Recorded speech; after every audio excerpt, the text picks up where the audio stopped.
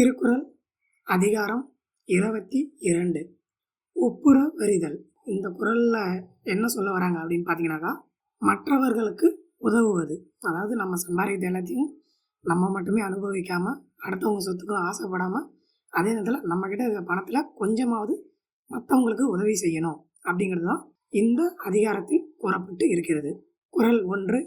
கைமாறு வேண்டா கட்டுப்பாடு மாறிமாட்டு எந்நாற்றும் கொல்லோ உலகு.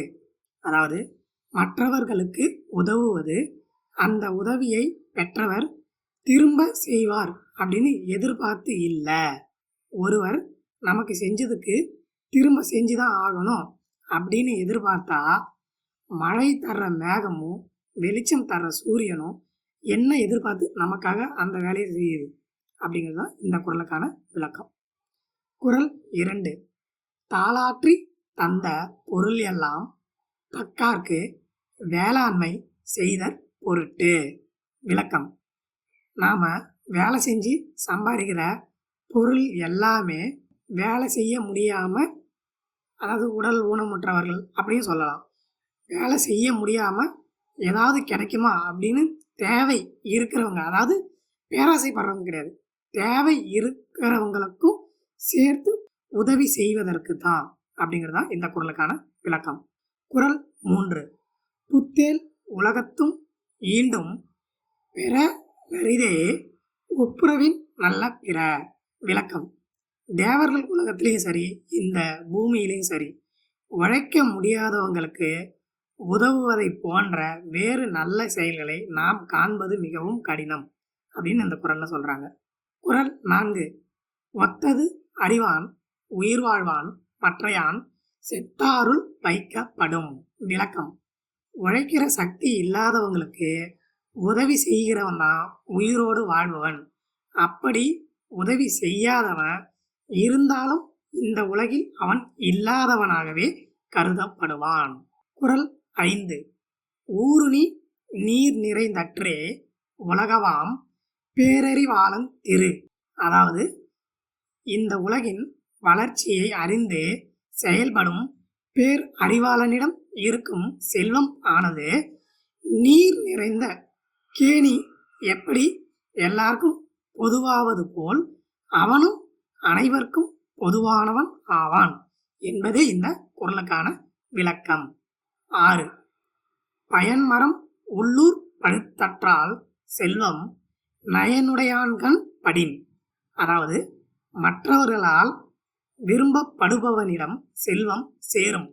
உண்ணத்தகும் கனிதரும் மரம் ஊருக்கு உள்ளே பழுத்து அனைவருக்கும் உதவுவதை போல மற்றவர்களால் விரும்பப்படுபவனும் எல்லோருக்கும் பொதுவானவன் ஆவான். அவனிடம் இருக்கும் செல்வமும் எல்லோருக்கும் பொதுவானதாக கருதப்படுகிறது என்பதே இந்த குறளுக்கான விளக்கம்.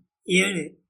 மருந்தாகி தப்பா மரத்தாற்றால் செல்வம் பெருந்தகை யான்களின்பன்.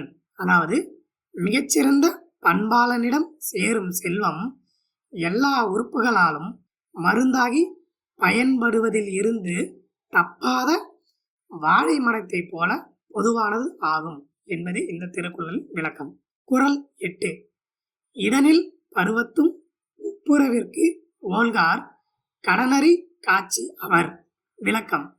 தான் செய்ய வேண்டிய கடமையை அறிந்த அறிவாளிகள் தம்மிடம் அடுத்தவர்களுக்கு கொடுக்க இடம் இல்லா காலத்திலும் உழைக்கும் சக்தி இல்லாதவர்களுக்கு உதவ ஒரு பொழுதும் தயங்கவே மாட்டார்கள் என்பது இந்த குறளுக்கான விளக்கம்.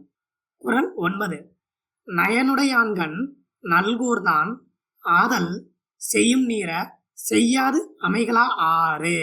அதாவது உழைக்கிற சக்தி இல்லாதவர்களுக்கு உதவும் உள்ளம் ஒருவனிடம் இருந்தால் அவன் வறியவன் ஆவது எப்பொழுது என்றால், அதாவது வறியவன்னா ஒன்றும் இல்லாதவன் ஆவது எப்பொழுது என்றால், செய்யக்கூடிய உதவிகளை நம்மால் செய்ய முடியலையே, அடுத்தவங்களுக்கு நம்மளால் உதவ முடியலையே அப்படின்னு அவன் ஃபீல் பண்ணும்போது தான் அவன் ஒன்றும் இல்லாதவன் ஆவறான் அப்படிங்கிறது தான் இந்த குறளுக்கான விளக்கம்.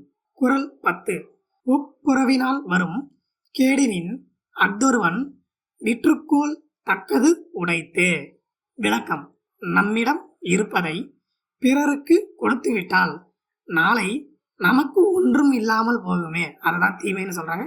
நாளை நமக்கு ஒன்றும் இல்லாமல் போகுமே என்று சொன்னால் தன்னையே விலையாக கொடுத்து அந்த கஷ்டத்தை வாங்குவதும் தகுந்ததே என்று இந்த கடைசி குறளில் திருவள்ளுவர் கூறுகிறார். திருக்குறள் அதிகாரம் 22 ஒப்புரவு அறிதல். இதில் இருக்கிற எல்லா குறளையும் நாம் இந்த வீடியோவில் பார்த்துட்டோம். தொடர்ந்து ஒன்றன் பின் ஒன்றாக அனைத்து குறள்களும் வரும். முடிந்தால் எடுத்துக்காட்டுகளும் வீடியோக்களும் சேர்த்து பதிவிடப்படும். நன்றி, வணக்கம்.